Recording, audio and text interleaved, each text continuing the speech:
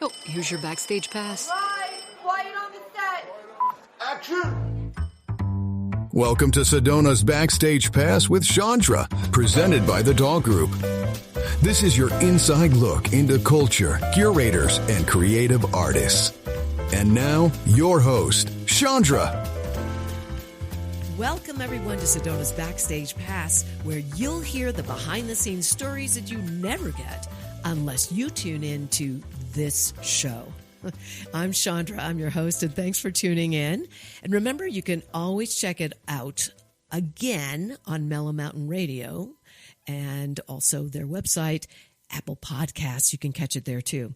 I want to thank my sponsors right up front: Sedona Heritage Museum, Sefton Engineering, Quicker Cleaner Car Wash, Sedona New Day Spa, and my new presenting sponsor, the Doll Group. And again, tune in every Saturday at 10 a.m., and if you can't, check it out on Apple Podcasts. Well, not every month includes a fifth Saturday. However, on the special months that do, like this month of May, I have the distinct pleasure of interviewing Chef Lisa Dahl of the Doll Restaurant Group that I just talked about here. They are my esteemed presenting sponsor, and I'm thrilled to have Lisa with me. Chef Lisa Dahl is incredible. I'm sure she'll have you feeling very hungry after this particular interview today. And also, I have one of my dear friends, Susie Showmaker. Anybody who knows Susie in Sedona and the Verde Valley adores this woman. She is a fabulous singer, songwriter, musician, and an outstanding human being. And she's with us today as well. So let's move on to some events that are happening. First, I want to mention that I did attend the annual Memorial Day celebration this past Monday on Memorial Day at Posse Grounds Park at the pavilion there. And I just want to give a big thank you to the president of Safeco, Jack Ross, and all the volunteers that participated, all the speakers. It was extremely touching and so worth it to go. If you didn't get a chance to go this year, make sure you go next year on Memorial Day. And we have a Sedona Poetry Slam coming up. This one is called the Grand Slam. It's the Sedona Poetry Slam returning on Saturday, May 31st for their final slam performance as poets give their high-energy competitive spoken word pieces to everybody who attends. It's going to be great. Starts at 7:30 p.m.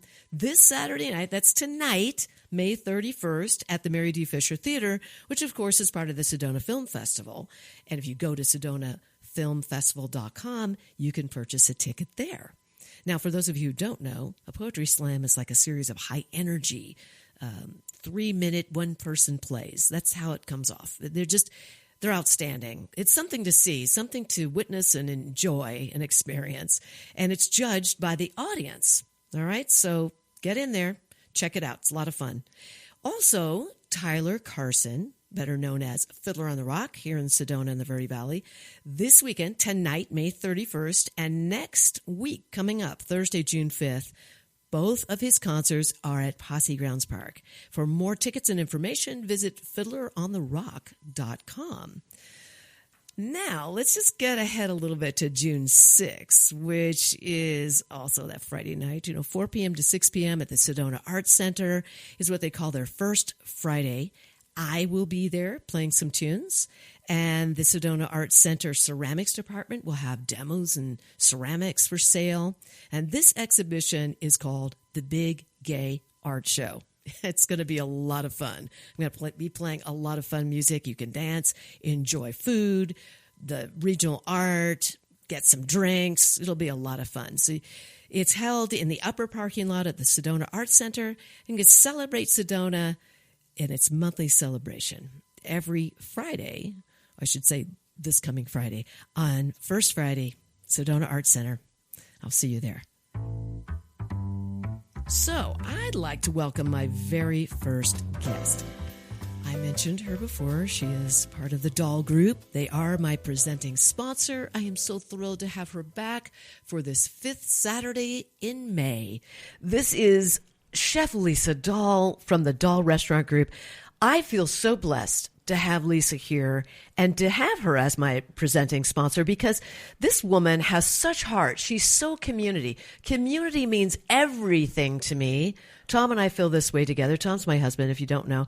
And I am thrilled to have you here, Lisa. Chef Lisa Dahl in the studio today, and we have so much to talk about. We really do. I am thrilled to have you here. And Thank you for being honored here. because I'll never forget the first time that I ever met you and Tom, and you were performing for some kind of an event. It's always been about community for you, and I think that's where our hearts are linked, and that is a good deal of what we have in common. You helped me open Mariposa. You were our MC. Yes, that's right. I'll never forget that. Oh. And I'm honored to be on this show. Well, thank you. I'm just thrilled. I can't be more grateful and happy and appreciative. And we're going to talk about a whole bunch of things. And Lisa's going to be coming back. Of course, you know this. My sponsors get an interview once a month with Lisa. We're going to hear more from her because we always have those extra Saturdays that pop up. But right now, I want to talk about what you're up to in May from the 18th to the 20th, actually. We've already gone, well, we're almost going to be going through all of this, but I want you to tell me what it is that you have planned. Well, I'm excited. I look forward to this show every year. It's nearly at a Memorial Day weekend. This year, it starts, I think, on the 17th, probably. I can't leave on the 17th, but I'm going to the National Restaurant Association show. They call it, ironically, the NRA show, which always gives me a cringe. Whoa. Because it could not be more the opposite of going to a National Rifle show. Never will I do that ever in my life. But National Restaurant Show is right up my alley. And it's something that I feel very privileged that we can go to because it's like an expose of everything that you would encounter in your needs of being a restaurateur. Not every chef gets to go to this. This is the largest restaurant show, I believe, in the world. It's at McCormick Place in Chicago. I love that it's not on Memorial Day weekend this time because it would be hard for me to go because I put my energy into visiting the guests that are there. So we don't leave until Sunday, which is the 18th. We start going to our appointments and going to our different booths that are there from all walks of restaurant life. I mean, you're going to see beautiful new things emerging in the flatware market, which is a very big part of my excitement because I love to get ideas from looking at the plates, looking at the different things that are coming out in serviceware to build the creative ideas that are about the presentation. So not only do you see those wares, you also see the industrial things like the equipment. If you're looking for new equipment or you're opening a restaurant or you need certain things, this is a good way to see everything that's out there in the industry. Now, when we go, many times on the second day, Scott and I will kind of split up. And because this is a huge show, it is the largest in the country at least. And so you're talking all of McCormick Place. Many people are from Chicago and they know this show. As a matter of fact, I encounter people from Chicago in the restaurants every day leading up to this that are actually saying, oh, are you going to the restaurant show? So it's a pride of Chicago because they have some of the greatest restaurants in the country, but yet imagine how busy the restaurants are when you're going for their 1 week show a year. Right. So I can't stay the whole time, but what I love about going to shows is I cherry pick going after the first day because that's too busy. So I get more individual attention when I go and visit vendors. For instance, I have been made the ambassador, the chef ambassador of Chef's Warehouse for Arizona. It's very recent news. That is and this big just news. came out, their magazine. They celebrated their 40th year of being Chef's Warehouse, which is one of the most unique because it's a chef-driven distributor. And they have never had an Arizona ambassador this magazine that came out just blew me away because I am a self-taught chef. I'm not a chef that graduated and went to culinary. This became the second phase of my career. And I have to talk to you about this. Yes. I was thinking about this just yesterday because I knew we were going to be doing the show. And I was thinking, how did this happen? You know, like you came here, you didn't come to Sedona to start a restaurant. No. And yet now you have 6 restaurants, an entire group. And I'm wondering, like, was cooking always a very big passion for you? Who taught you this? Where did you get the bug? I know where I got the bug for theater. Yes. I got it from my family. Yes. My dad and mom, you know, being in the wings of theater, watching them on stage and stuff, and the musicians coming in and all that, and the house and everything. But my question is, how did this start? Well, I love to cook. I was very fortunate. I grew up in Indianapolis, Indiana, and I was very fortunate to not grow up with bland food. My grandmother on my mother's side was a phenomenal cook. Of course, back in those days, no one considered themselves to be a chef. But they had great flavored food and natural. So I didn't grow up with boxed macaroni and cheese. Everything was really made by scratch. My grandmother would stay at home, so she would always have the big Sunday meals and things like that. But she was very much, I call it the heartland. I grew up in Indianapolis, Indiana, where foods were natural. So I didn't get into cheating type of recipes. So my mother inherited very good taste buds from my grandmother, and she was a very good cook, very good, very flavorful and using the best of ingredients. But my mother was a working woman. As a matter of fact, she was an entrepreneur before there were really female entrepreneurs. Wow. And this is a big part of my life because I call my mother the ultimate fashionista. I just did something for Mother's Day I said that. But she was uniquely her own in her expression, which was her wonderful clothing stores and her taste in fashion and clothing. But it was like she was a set designer, and she merchandised like no other back in that day. She really was a trendsetter, but she was a good cook, but she couldn't stay at home and cook all the time. She was working. I mean, sometimes we didn't even eat until much later. Maybe that's why I am such a late diner. I mean, I'm relentless. I eat at 9 o'clock at night. Oh my gosh. Hopefully I could do that for many years, but that's my thing. But Mom and Dad would come home late, but we would always have great meals. So I kind of call them foodies before we use that expression, which is so common now. Yes. So I was fortunate to have a good palate, but not fussy, just high quality. Never preservatives, never things that really just came out of a can. And that set me to loving to create myself. When I was 16, I thought the world should become a vegetarian. So I started to cook things on my own that were more plant-based, as we call it now. But when I was very young, a teenager, I actually had my own little kind of like a little vegetarian gourmet deli in our most popular of health food stores in Broad Ripple in Indianapolis. Wow. So I would make these wonderful avocado sandwiches and all kinds of veggie things. And I had my little boutique. It was like a little kiosk. And every day the food would sell out. And I was like, whoa, I love this. But yet I was still in the fashion business by way of my upbringing. And as I evolved, moved to the Bay Area of San Francisco, lived in Marin County where everything was like luscious and natural. And we had farmers markets. Even going back, way back in those days, I would always want to prepare wonderful meals at home when I wasn't on the road for my other part of my business. So my son Justin and I was the hippie. He would bring all of the friends over. We would cook and cook and cook. And so I was kind cooking. of a singer. He was cooking too? He was a very good cook, but he was particular to just certain things he loved. Okay. And what Like every did kid. he love? Oh, he loved, like every kid, of course, they all love bagels, but that's not cooking something, but he was a bagel master.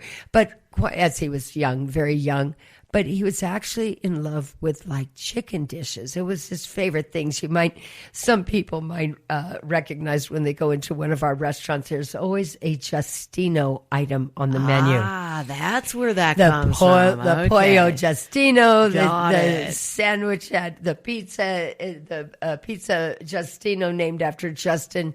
They weren't all chicken dishes that I've named, but they're the specialties that I think that Justin would be proud really to have enjoy. his name on. Yeah, so you answered the question. I was going to ask you, like, when did you actually start cooking? Did somebody get you in the kitchen? Was that your grandmother? No, they didn't get me in the Okay. kitchen. And I have to be honest. I mean, my mother used to always say, I didn't teach you anything. Well, they really didn't do that. It's sad to say that no, but it's okay they because- didn't. But they Yeah. exposed me to how protective they were and how much energy they put into the preparations. Right. And my mother had 4 children in the span of 5 years. Wow. And so That's a lot of work. that was a My lot of work. goodness. And she worked. And I kid you Wow. not, she literally went into labor with my brother Jay and came back several days later and was already back working on the floor. So evidently the Well, apple doesn't fall far from That's the tree. for sure. You know what? You and I have something in common. What? My mom was the first female talent agent in San Diego.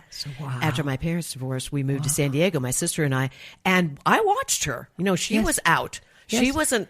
She wasn't cooking much. I will tell you that. I was left to cook, which was not the greatest thing in the world, but I do love to cook. Not like you. I mean, you're phenomenal. But here's the thing: she was a go-getter, and she never stopped. And you know, both of us have that, Yes, right? yes, And yes. that whole feeling about get out there and show up. Well, how much that must have influenced us both to be in Absolutely. the positions that we are in. Yes. But our mother's influences was everything. Huge. And which reminds me, we talk about the fear of missing out. Yes. And I think we both have that, actually, that Yes. fear of missing out. But it also means something. There's an acronym, FOMO. Yes. I don't mean to segue. I have to It's find okay. this out. This is what it means to you. But when did you first come across that phrase or that term, FOMO? Well, it's funny because I was actually diagnosed with FOMO. I wasn't aware of this as a disease until about, I'm going to say 4 years ago. And this is not the disease of fear of missing out. Oh, yes, Although it- that in oh, itself yes, could it be a is. disease, I suppose. But So FOMO now Yes. is more commonly known as a FOMO, fear of missing out. But when the person that told me I had it, I was like, they go, you know you have a disease, don't you? And I was like, no. What do you know? And they said, well, you have FOMO. And I'm like, what is it? And I was scared. Yeah. That they knew something about me that I didn't know yet. And when they told me, I busted out because that shoe fit like you cannot imagine, Right. because I had FOMO all of my life. And I didn't realize it, but I never wanted to miss out on things going on. So how much better of a career could I have chosen as a restaurateur when you're meeting new people every day, every evening? It's like a FOMO party. You know, you And got I me. wear it well. You got me because I'll tell you what, I thought it was a real disease. Now Yeah. I really understand. Well, FOMO, I get it. Well, Fear it of can get missing you in out. trouble, Chandra. It can. You know, Oh, like if I, like Oh, yeah. somebody says, "Oh, so and so is coming to the restaurant," or what restaurant? I've got to see them. What am I going to wear? I mean, it's the whole thing. But see, when I was a kid, I had fear of missing out, and my parents used to try to contain us, but yet me and my brother Jay would sneak out of our windows in the middle of the night. You did believe this how or many of you- not? Okay, how many of you listening would imagine that our Lisa doll Our chef, Lisa Dahl, was escaping out of a window from her bedroom without her parents knowing, of course. So much fun. I never did it. Can I stick with you? Yes. I want on your train. I'm still like a big kid, and you know that, and you are too. I am. But the funny thing is, I got busted because my parents' best friends reported us, and they were out coming back from a party at like 5 o'clock in the morning. And they said to my parents, "We don't know if we imagined this, but we think we saw Jay and Lisa walking down the highway at 5 in the morning. How could that be?" And we were busted. No, because what did your we had a parents do? gig. Was this bad? I don't know if we got grounded for this, but it turns out that we were escaping almost every night, leaving in the middle of the night and going and like partying. I was going to say, where did you go? Where did you go? We went to other friends' houses when their parents were asleep. Oh, we my would gosh. sneak in and kind of have fun, probably a little Quietly. bit. Yes, quietly. And then we would tuck back like little angels, tucked in bed the next morning, unbeknownst to my parents, until we were busted. I love this story. You are such, I would never know that. I would never know this. Now, the fashionista thing, I believe it because I am looking at you. You can't see her. You cannot see Chef Lisa right now, but you are wearing a beautiful outfit. It is, it's a gorgeous cream-colored, I'm going to explain it, okay? I'll do it like this.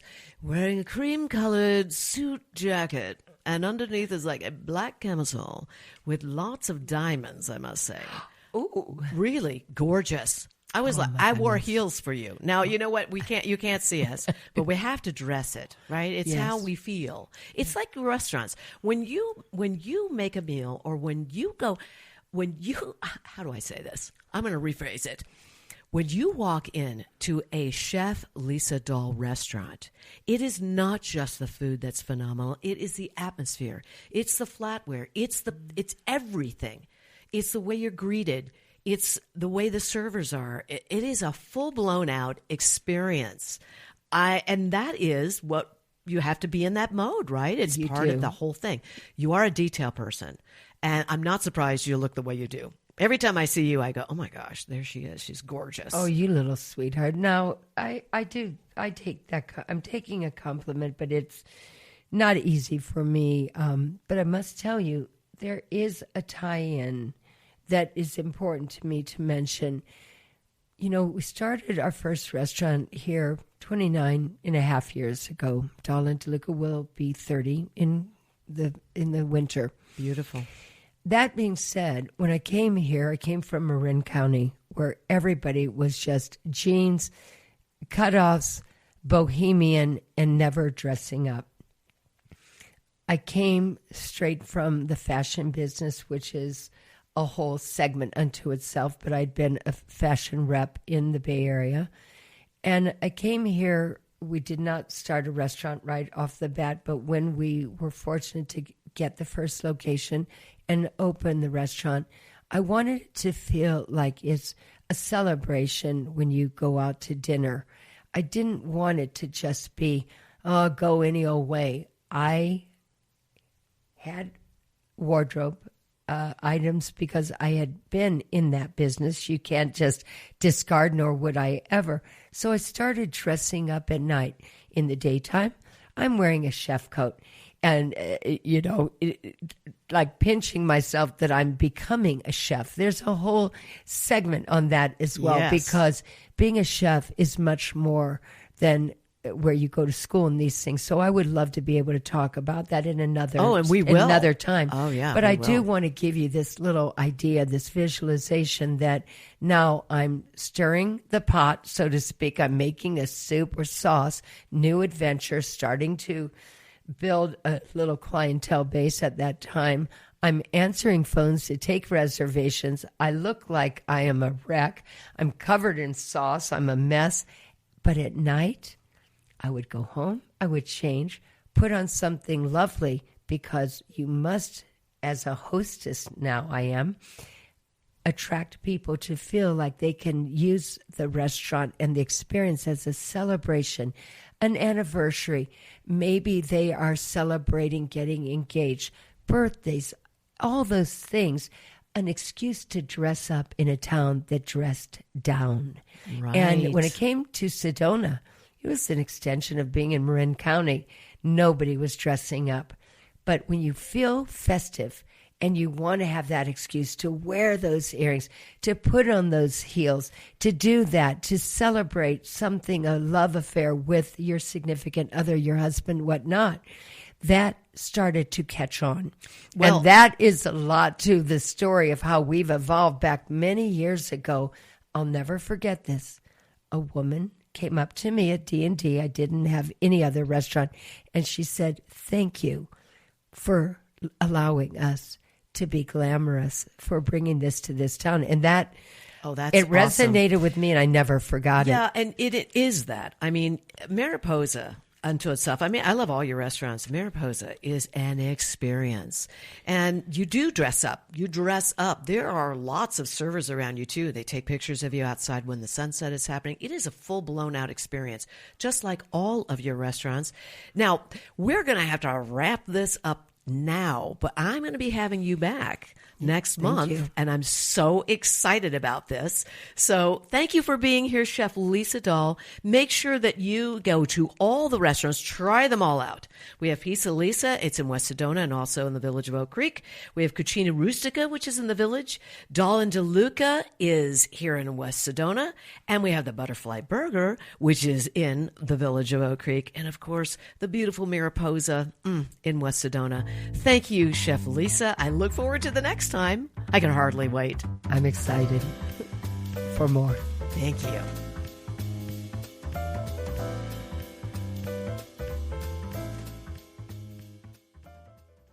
You can taste it in every bite.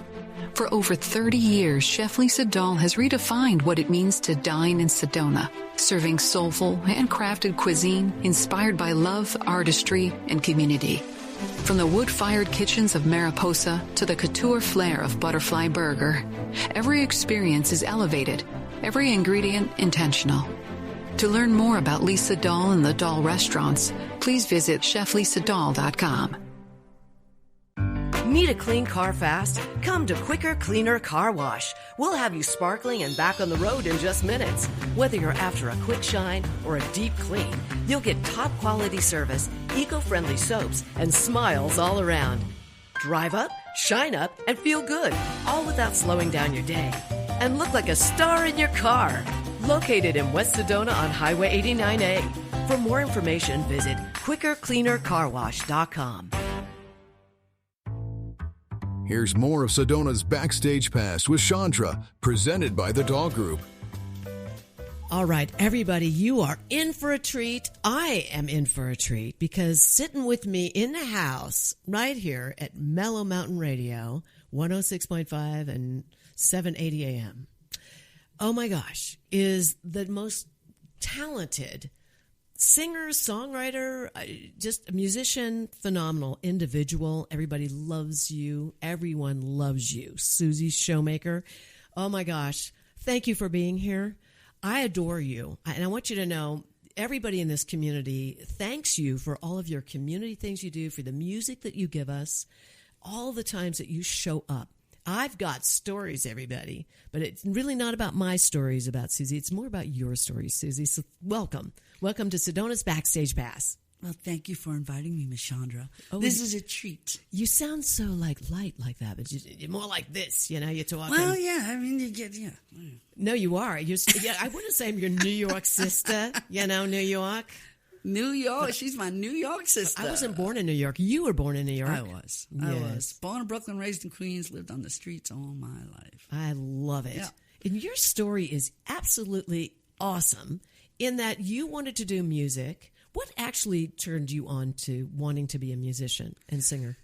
Oh, my goodness. It really didn't. I was a little teeny kid, and they grabbed me out of my first grade class to sing a song. And they put me in some silly CYO contest, and I won the dang thing.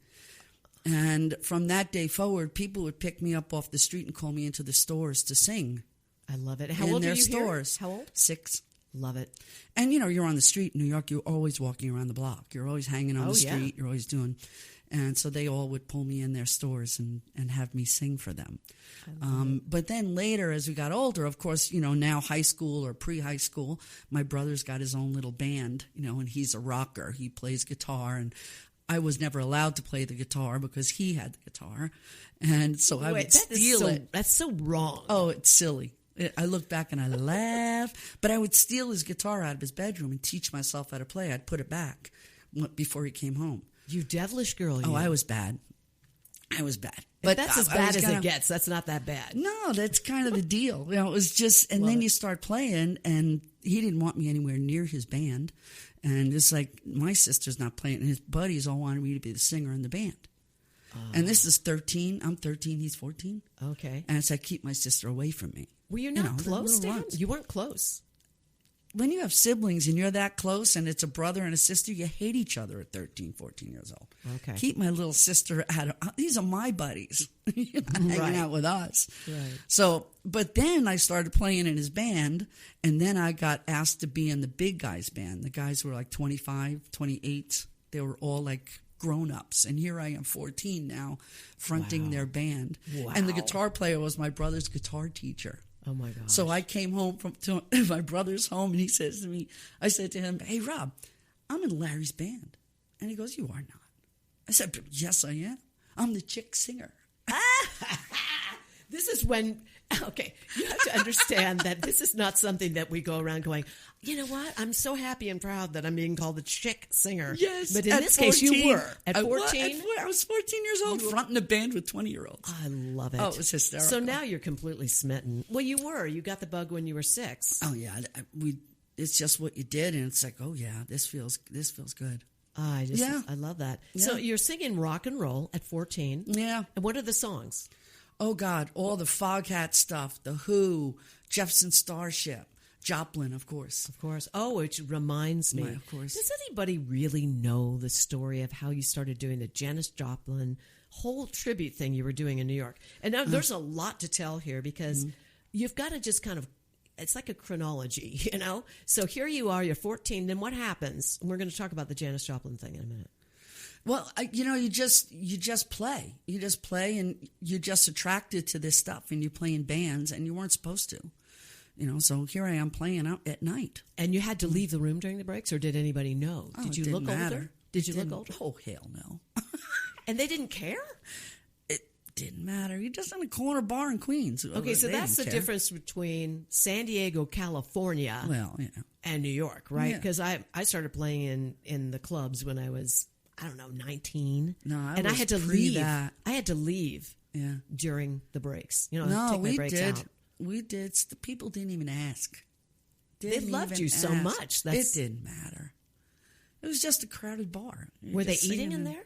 No, it was a corner bar. Okay, you guys are awesome. That's It why was I just a love New cool York. bar. You're so laid back about it. People think New York people are uptight. They're not. They are phenomenal people. Okay. No, you pull your guitar out at Grand Central and you open a case up and you play some songs and you make some bucks and makes enough money to get you a soda or a hot dog or dirty water hot dog. Oh, yeah.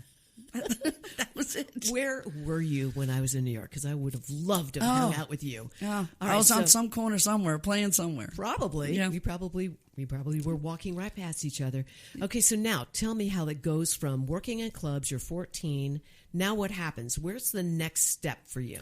Well, get to be 18, 19, or 17, and my parents say, okay, my mother didn't want me to be a singer, so she wasn't really happy with what I was doing.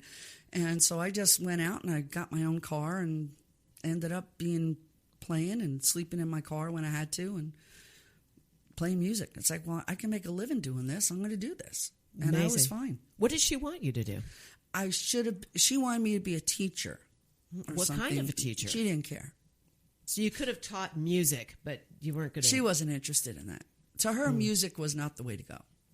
Okay. And, on some levels, Mom was right, because it's a difficult life. It is. No. It's not easy. No, it isn't. By any means. People don't realize that it is really hand to mouth. I mean, you have to constantly be selling or showing up. Yep.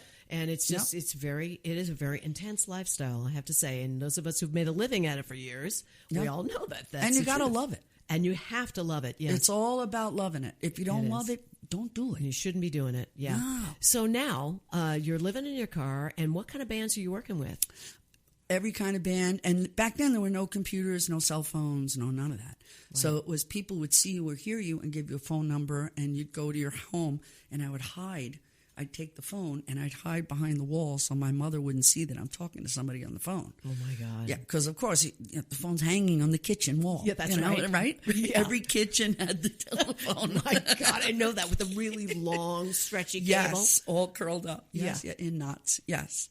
And so, if mom's not home, quick, make a phone call. Oh my gosh. And how old are you now? Well, I was out of the house at 17, 18, so that was... I was done and I was on my own. But it was then friends would give me, I'd go to their house. Okay. So or now, other musicians. I know that you've worked with all different kinds of bands. You've sung every genre. Yeah. Known to woman and man.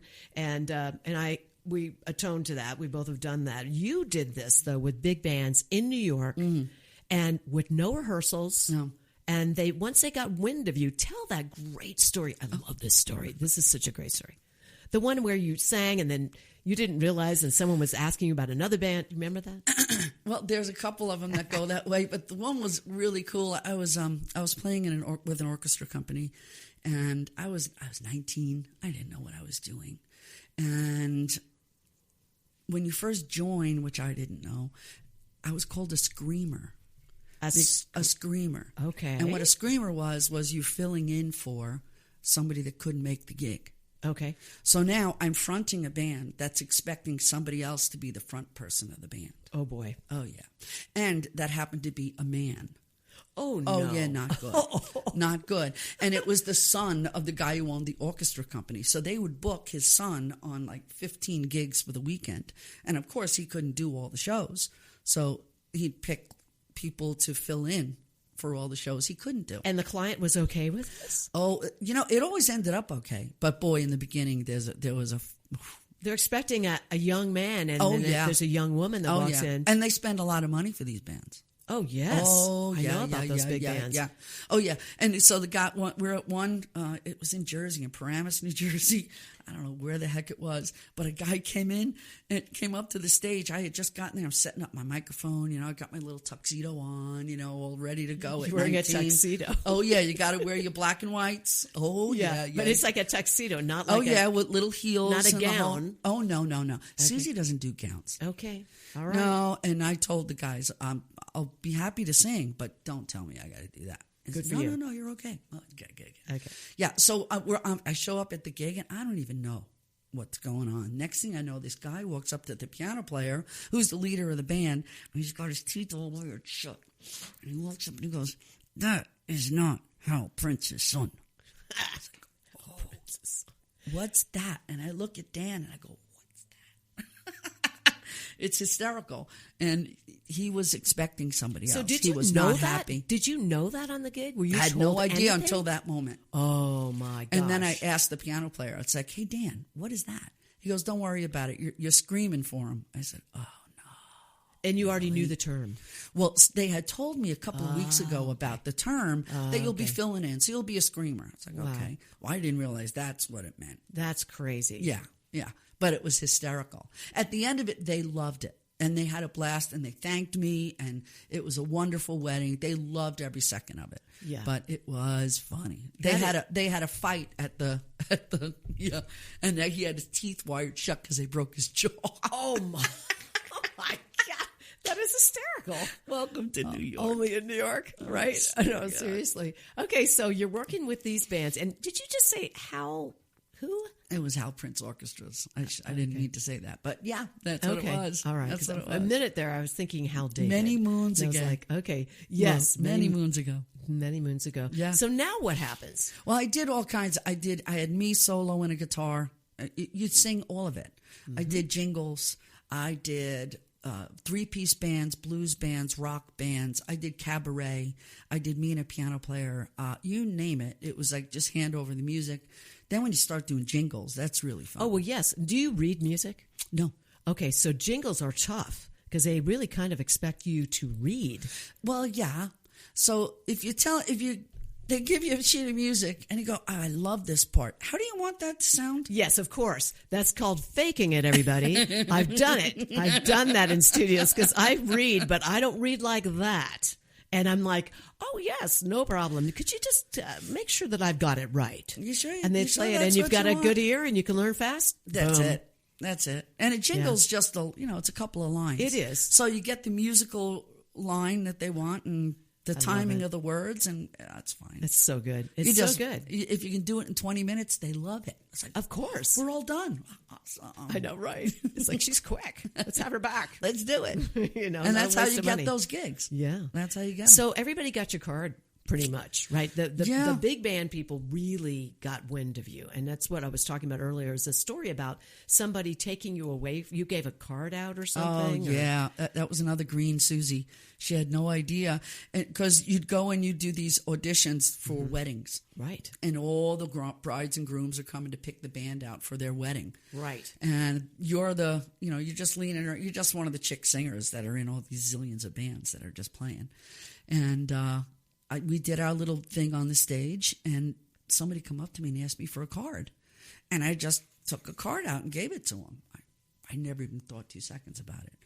With that, 3 guys come running to me. What card do you hand out? I said, oh, what, mine? No, you hand out these cards. Yeah. I didn't know. You didn't know. It's like, I'm sorry. Oh, Yeah. they were not happy with me. That's hysterical. But But you I worked. apologize. Boy, did you work. You worked a lot. Oh, I was always working. 6 days a week I worked. It wasn't like, the lazy musician you're hanging out. Heck no. I was having fun playing. I loved every second of it. I couldn't wait to go to work every day. So now, when did the Janis Joplin tribute show come in? Because you were doing that in New York. Yeah. And It was before the Janis, it was the Janis book came out, right? The sister wrote the book. Yeah. And when was that? The 70s or the no. later?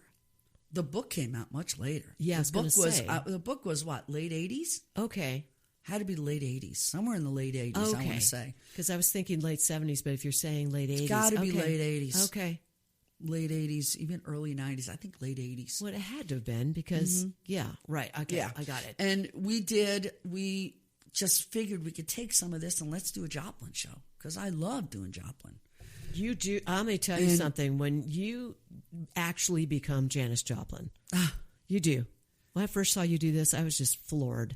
I went, my Lord. And then to find out that you actually did that in New York, full time, you were doing those shows. Yeah. Where were you doing the shows? It was down in the Village. Oh, and then they had to stop. We Why? actually got a cease and desist because they were doing the Janis show. Oh, geez. Yeah. So we weren't allowed to do what we were doing. Uh-huh. And I always referred back to the book. It's like when Janis was, 18 or 19 and she left Texas, the story of her traveling across the country, writing letters to her mom. It's just amazing stuff. It's wonderful. That some little girl plopped from Texas into California into the middle of a happening, and here she is just rocking the world. I know. And I really don't think, she didn't think much of it. She didn't think a whole lot of that whole situation. She just, like you said, she fell into it and she just kind of was on the ride. She followed her heart and her gut. That's the only thing that got her out there that's what I felt when I read the book. It's just amazing. It was where she was supposed to be. She was at the right place at the right time. Most definitely. It was when girls weren't supposed to do anything. The girls were not, this was a men's world. Right. And then you've got Janis Joplin coming out there to really shake that whole thing. Right. That's a real pioneer story. and really the first to ever do what she did. Oh, totally. She was just raw. People loved her because what you saw is what you got. Oh, yeah. There wasn't anything pretty about it. About what she did. And no, and she wasn't apologetic about it. This is what it is. I know. I have a dear friend, still good friend, who was in my bands, who was a bass player. And at that time, I think it was somewhere, it was before she passed, and he was on tour, and he looked a lot like Jackson Browne, and he opened for her. Oh, wow. And he just said it was unreal. Oh, Yeah, I would have loved to have seen her. Oh, that's the one one thing I would I just missed that I wasn't able to be there. So was that the last kind of thing that you were doing in New York before you came to Sedona? I just continued the whole thing. I continued the whole thing until about 1997, 98. Wow. Somewhere in there, maybe 1999. And then in the 2000s, we started coming out here. Okay, good. I think I met you after Studio Live. For those of you who don't know, there was a wonderful, wonderful place called Studio Live. And it was very high tech. It was a small little place with a really nice foyer, but very high tech for people who weren't necessarily working at some of the clubs in town, which I loved. You gave opportunities for artists who just would never be at I don't even want to name names, but at places that other people were doing, things that I was doing, Tom and I were doing, the Dynamite Divas. We were working those places, but there were so many musicians not working those places. You gave them a place. Yeah, and that's what they wanted. I had asked a couple of musicians, one of them Eddie Berrettini. Yes. Shout out to Eddie. And I asked them, were any of those guys interested in talking about doing something in the community? We got to do something here.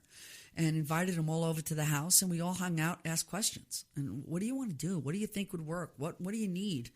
How do we make this happen? Because there's too much talent. This area is so talented. It blows my mind. I know. It's incredible how many musicians and singers are here, and you don't hear about them. And not just musicians, singers. They are talented people. Yes. And when they play, they really play. Yes. Oh, my goodness. Do you know when I learned that is when I was in the Bob Dylan concerts a few times. I was like, who are these people? Yeah.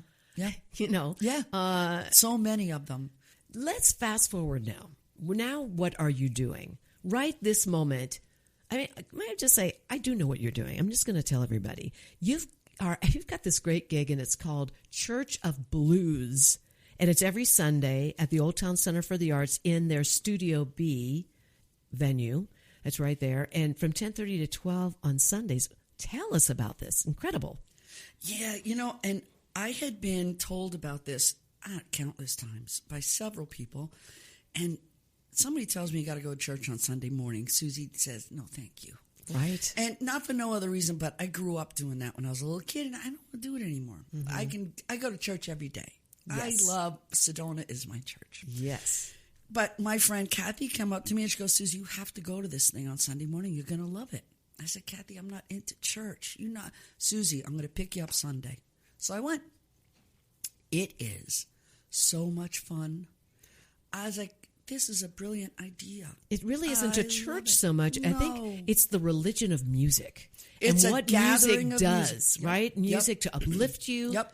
And every Sunday from 10:30 to 12, Yep. you got people coming up and singing. Yep. It doesn't cost anything, you Nope. guys. You just show up. Yep. You can make a donation if you want. You know, William Eaton is the owner of the Old Town Center for the Arts, and Studio B is part of that. And I just think it's great that he's doing it. And you're performing there every Sunday, is that correct? Yeah, we all perform. And it's all about the blues because the blues is easy 3-chord progressions. Right. And we can teach everybody little licks, and you can play it on your ukulele. You can play it on your guitar. You can play it on your little ukulele bass. And a matter of fact, you're gonna sing for us right now a song, perform right here in the studio. You're going to do it right now, aren't you? Going to do it right now? I am. I'm going to give you a little bit of Keb Mo because this is just one of the simplest, most uplifting songs I know. This is something that we would hear going to the Church of Blues on Sundays at the Old Town Center for the Arts at Studio B, 10:30 to 12:30. Excuse me, 10:30 to 12 p.m. every Sunday.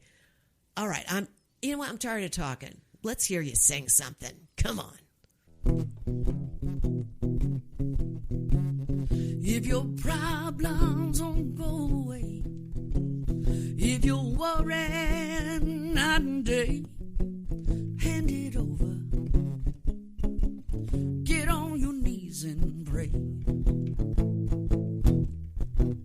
If you're sick, Lord, feeling low, got no money, got nowhere to go, Lord, hand it over. Get on your knees and pray. Get on your knees and pray. Hand it over, hand it over, hand it over, hand it over. There you go. Give it up, give it over. Lord, hand it over, yeah. Get on your knees and pray. Get on your knees and pray. Ain't no mountain you can't climb. Lord, ain't no is a hand to hold. It'll heal your body, heal your soul. The road is dark, you can't find your way. Let the music light the day. Come on, hand it over, yeah. Get on your knees and pray. Get on your knees and pray. Ready, Sean? Yeah. Hand it over, hand it over, hand it over, hand it over. Give it up, give it over, Lord, hand it over. Get on your knees and pray.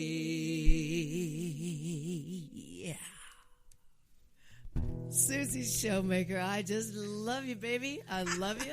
Church of Blues, What a hoot. 10:30 to 12 p.m. on Sundays at O-Town Center for the Arts in Studio B. And we'll be right back. You've explored the trails, stood in awe of the red rocks. Now, discover how Sedona became Sedona. The Sedona Heritage Museum tells the story of Red Rock country, from ancient cultures to today's vibrant community. It's interactive, family-friendly, and open year-round, indoors and out. Sedona Heritage Museum, preserving and sharing the soul of Red Rock country. Plan your visit at sedonamuseum.org or call 928-282-7038. When your project demands precision, experience, and trust, turn to Sefton Engineering Consultants. From expert civil engineering to construction management, we deliver real-world solutions that stand the test of time. With over 30 years in the business, Luke Sefton's team is committed to getting your project done right, on time, and on budget. Sefton Engineering Consultants. Reliable, experienced, personal. Learn more at SeftonEngineeringConsultants.com. Take a deep breath and let it go. At Sedona's New Day Spa, your escape begins the moment you arrive. Enjoy luxurious massages, rejuvenating facials, and native-inspired body treatments, all nestled in a peaceful creekside setting beneath Sedona's Red Rock beauty. Voted Sedona's Best Day Spa, this is more than self-care. It's your sanctuary. Book your experience today at SedonaNewDaySpa.com. Here's more of Sedona's Backstage Pass with Chandra, presented by the Dahl Group. Well, thank you for staying tuned in. Really appreciate that. Did you hear that? You know what this means. I know what it means. It means it's time for my shameless Chandra spot. I'm thrilled to announce, so excited to announce that one of my private voice and acting students, Mackenzie Combs, who just graduated from Mingus Union High School in Cottonwood, won Best Female Lead in a Musical at the ASU Gamage High School Musical Awards. And it happened on Saturday, this past Saturday. And I got to tell you, I have to say, I was screaming. I was watching it live as it streamed across our very large television. Now, she's representing Arizona. Because why? She is attending the Jimmy Awards in New York City, where she will be trained by Broadway directors and choreographers. And by the way, she also won $1,000. I'm sure that's going to help her with her books, going to college. And you might be wondering what the Jimmy Awards are. They're the National High School Musical Theater Awards, and the ceremony highlights the best of high school musical theater talent and features nominees, now get this, from over 50 regions across the United States. And this year, it's going to be held on Monday, June 23rd. At 7:30 p.m. Of course, that is New York time. Keep that in mind because I'm sure they're going to be streaming it. So they are, I believe, 3 hours ahead of us. Just check your time there. And it will be happening at Broadway's Minskoff Theater. So exciting. And the ceremony is going to highlight all of this talent. Now, not all of them are going to be able to perform up there. So we're going to watch live to see if Mackenzie is chosen and has that opportunity to debut her talent on the Broadway stage. So congratulations to James Ball, the music and theater director at Mingus Union High, for all that he did, and being Mackenzie's private voice and acting coach. I know personally how hard she worked on this song, how incredible the work was that we both did together for her to get those long notes, especially the one at the end that won her this award. So I'm so proud of you, Mackenzie, if you're listening. And we in Sedona and the Verde Valley and all of Arizona are proud of you. Mackenzie Combs. Thank you, everyone, again for tuning in. I so appreciate it. And remember, if you want to share the show, which I would really appreciate it, make sure that you go to mellowmountainradio.com where you'll find this episode and the other 4 episodes from May. It's so exciting to have my own podcast. I want to thank my engineer, Ryan Thompson. You rock, man. You rock. And also Chuck Helstein, who is the owner of the station, because we are here at KAZM and Mellow Mountain Radio, of course. Remember, Mellow Mountain Radio 106.5 FM and 780 AM. And you can also catch all of my podcasts on Apple Podcasts. So share and share and share. I appreciate it. And if you like the show, leave a review and a rating. If you didn't, you never heard of the show. All right. I want to thank my guest today, Lisa Dahl, Chef Lisa Dahl. She's fantastic, of the Dahl Group, who is my presenting sponsor. Remember to always look for those times when you want to go out to dinner. And when you do look for those times, try out Mariposa, Cucina Rustica, Pizza Lisa in both West Sedona and the Village of Oak Creek, the Butterfly Burger in the Village of Oak Creek, and Dahl and DeLuca. Fantastic restaurants. You will have an experience, a culinary experience. Also want to thank my other guest, Susie Showmaker. She's an incredible artist, a wonderful singer. I want to thank you for letting me get in there a little harmony. At least I got to tell you, Susie was like pointing at me and going, come on, jump in. I want you to know that at the Old Town Center for the Arts in Studio B, you will find the Church of Blues. And by the way, just want to mention this.